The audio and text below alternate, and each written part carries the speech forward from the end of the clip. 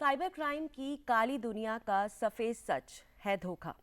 धोखे और चालबाजी से भरी इस दुनिया में कोई भी सुरक्षित नहीं है। और एक बात तो पक्की है, अगर आप सावधान नहीं रहे तो यहाँ धोखा जरूर मिलेगा। दर्शकों, जनवरी 2024 में राजस्थान के भरतपुर रेंज का मेवात यानी डीग जिला साइबर क्राइम में पूरे देश में नंबर 1 बन गया। पूरे देश के कुल साइबर क्राइम्स का लगभग 20% साइबर क्राइम अकेले यहां से ऑपरेट हो रहा था। बिल्कुल, और इसी बात को गंभीरता से लेते हुए मार्च 2024 में राजस्थान सरकार के निर्देशानुसार भरतपुर रेंज में ऑपरेशन एंटीवायरस की शुरुआत की गई।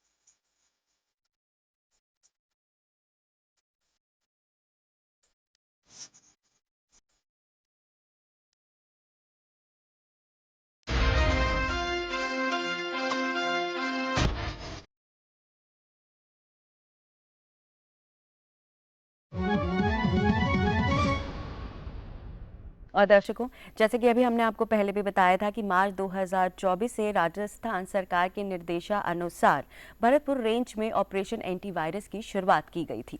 और जैसा कि हमने आपको बताया कि आज ऑपरेशन एंटीवायरस के विषय पर और जानकारी साझा करने के लिए हमारे साथ जूम के माध्यम से जुड़ रहे हैं ऑपरेशन एंटीवायरस को लीड कर रहे राजस्थान के भरतपुर रेंज के आईजी श्री राहुल प्रकाश जी आईपीएस। सबसे पहले तो हम आपसे ऑपरेशन एंटीवायरस के बारे में जानना चाहेंगे कि साइबर क्रिमिनल्स के खिलाफ ऑपरेशन एंटीवायरस में आपने और आपकी टीम ने क्या कुछ किया और क्या पाया। साइबर क्राइम, जैसा कि हम सभी जानते हैं कि भी सबसे तेजी से बढ़ता हुआ क्राइम है और इसको लेकर के राष्ट्रीय स्तर पे बहुत बड़ी चिंता है। राजस्थान के लिए ये बहुत बड़ी एक चुनौती थी, क्योंकि जनवरी 2024 में पूरे भारतवर्ष में जितना भी साइबर क्राइम हो रहा था उसका 20% केवल हमारे एक छोटा सा जिला है मेवात का डीग, वहां से हो रहा था। और ये बात अपने आप में पूरे राज्य के लिए भी एक तरीके से आप देखें तो दूसरे राज्यों में जाने पे अच्छी स्थिति नहीं बनाता था। और कहीं पे भी जाने पे ये बात होती थी कि साहब साइबर क्राइम तो आपका जो है राजस्थान से हो रहा है और हमारे तमिलनाडु में भी हो रहा है, कर्नाटक में भी हो रहा है। तो इन सारी चीजों को देखते हुए राज्य सरकार ने भी इसको एक प्रायोरिटी के तौर पे लिया कि साइबर क्राइम के ऊपर हमें कुछ करना है, कुछ नया करना है। और हमारे पुलिस मुख्यालय ने भी इस बात के लिए विशेष तौर पर निर्देशित किया कि भाई मेवात से ये इतना क्राइम पूरे भारतवर्ष में हो रहा है, तो इसके लिए कुछ नया अभियान चले। और तभी ऑपरेशन एंटीवायरस को कंसेप्चुलाइज किया गया, उसकी तैयारी की गई। और इसमें जो सबसे अलग जो बात थी वो ये थी कि इसमें बिना एफआईआर के या बिना कंप्लेंट जो कि हमारे पास नहीं हो रही थी उसके बिना पुलिस ने खुद ही कार्रवाई की, प्रोएक्टिवली कार्रवाई की। ये इसकी सबसे एक अलग बात थी या ये एक अलग स्ट्रेटेजी थी। इसमें एक्चुअली हम लोगों ने शुरू ये किया, हमारी जो सोच थी वो ये थी कि पहले क्या होता था कि कहीं बाहर की पुलिस आती थी कि हमारे यहाँ साइबर क्राइम हो गया है, ये लोग आइडेंटिफाइड मुलजिम है, तो हम लोग उनके साथ जाकर के उनको पकड़ने की कोशिश करते थे जी। या कुछ सिम और आईएमईआई आइडेंटिफाई होते थे NCRP national crime reporting portal, जिसको 1930 नंबर से भी लोग जानते हैं, उसके ऊपर। तो उसके आधार पे उन सिम को या मोबाइल को ब्लॉक करने के लिए हम डीओटी को भेजते थे, डिपार्टमेंट ऑफ टेलीकम्युनिकेशन। लेकिन यहाँ पे हमने ये शुरू किया कि जो साइबर क्रिमिनल्स हमारे एरिया में, हमारे जुरिडिक्शन में बैठे हुए हैं, बैठ के साइबर क्राइम कर रहे हैं, भले ही कहीं की पुलिस नहीं आए, कोई रिपोर्ट हमारे पास नहीं आए, हम उनको आइडेंटिफाई करेंगे और आइडेंटिफाई करके हम उनको पकड़ेंगे और बंद करेंगे। इसके लिए हम लोगों ने एक तरीके से टेक्नोलॉजी और बेसिक पुलिसिंग दोनों को मिक्स किया। और टेक्नोलॉजी का पार्ट इसमें यह था कि जो प्रतिबिंब पोर्टल है, जो कि सबसे पहले झारखंड पुलिस ने बनाया था और अब उसको आई4सी मैनेज करती है पूरे देश भर में, उसके माध्यम से जो डेटा 1930 का है वो सबके पास पहुंचता है कि कितने नंबरों से साइबर क्राइम की कंप्लेन की गई है और वो नंबरों की लोकेशन क्या है, ये उस पे मिल जाता है हमें। जी। तो हम प्रतिदिन उस लोकेशन को उठाने लगे और हमने अपने भरतपुर रेंज ऑफिस में एक वॉर रूम का गठन किया। उस ओके। वॉर रूम के अंतर्गत हम उन सारे लोकेशंस को लेते थे और उनको देखते थे कि किस किस थाना क्षेत्र में किन किन गांवों में ये लोग साइबर क्रिमिनल्स बैठ करके साइबर क्राइम कर रहे हैं। ओके। उसके बाद हमने एक रेंज लेवल पे अपनी एक स्पेशल टीम बनाई, जिले की डिस्ट्रिक्ट स्पेशल टीम थी, और दोनों ने मिल करके उन लोकेशंस के ऊपर जा करके और कॉर्डन एंड सर्च, उसको पूरे एरिया को घेर करके उसको हमने सर्च करना शुरू किया। और फिर वहां पे हमें बहुत सारे ऐसे लड़के मिलते थे जिनके पास वो मोबाइल मिलते थे, जिसमें कि या तो पॉर्न वीडियोस मिल जाते थे जिससे कि वो ब्लैकमेलिंग करते थे, एक्सटॉर्शन करते थे, या फिर जो पैसे का ट्रांजैक्शन था वो मिल जाता था, उनके चैट्स मिल जाते थे, एडवर्टीजमेंट फर्जी जो होते थे वो मिल जाते थे। ओके। उसके आधार पर हमने खुद मुकदमा दर्ज करना शुरू किया पुलिस की तरफ से और उनको अरेस्ट करना शुरू किया, और ये कार्रवाई हमने प्रतिदिन की, लगातार की। उसका नतीजा ये हुआ कि हम अभी तक 1,500 से ज्यादा साइबर क्रिमिनल्स को केवल डी जिले में पकड़ चुके हैं। 350 से ज्यादा एफआईआर पुलिस की तरफ से दर्ज की जा चुकी है। और इसका ओके। जो सबसे सुखद परिणाम निकला कि जो 20% पूरे भारतवर्ष का साइबर क्राइम लीग से हो रहा था, आज वो 4% पे पहुंच गया है। राइट।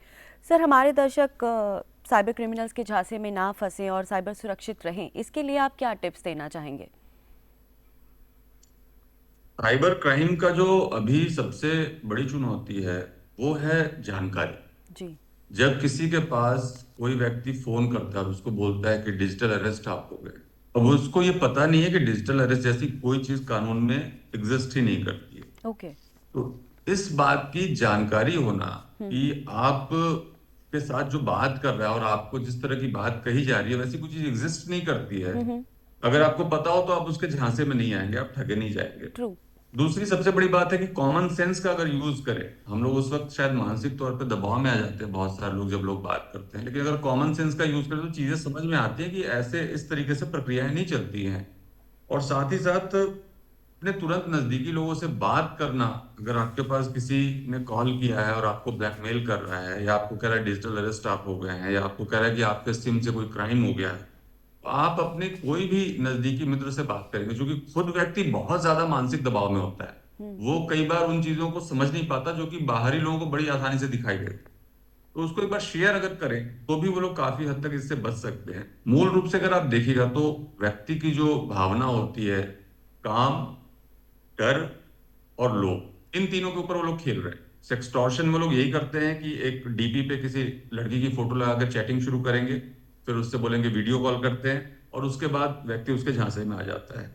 दूसरा जो है कि या तो उसको डराते हैं कि आपके मोबाइल से कोई क्राइम हो गया है, आपके आधार कार्ड से कोई क्राइम हो गया है, या फिर उसको लालच देते हैं कि जो चीज 15 लाख की मिलती है हम आपको 2 लाख में बेचने वाले हैं। तो बेसिकली इन तीन भावनाओं को वो लोग एक्सप्लॉइट कर रहे हैं, इसको समझना पड़ेगा और तभी हम लोग इससे बच पाएंगे। बिल्कुल।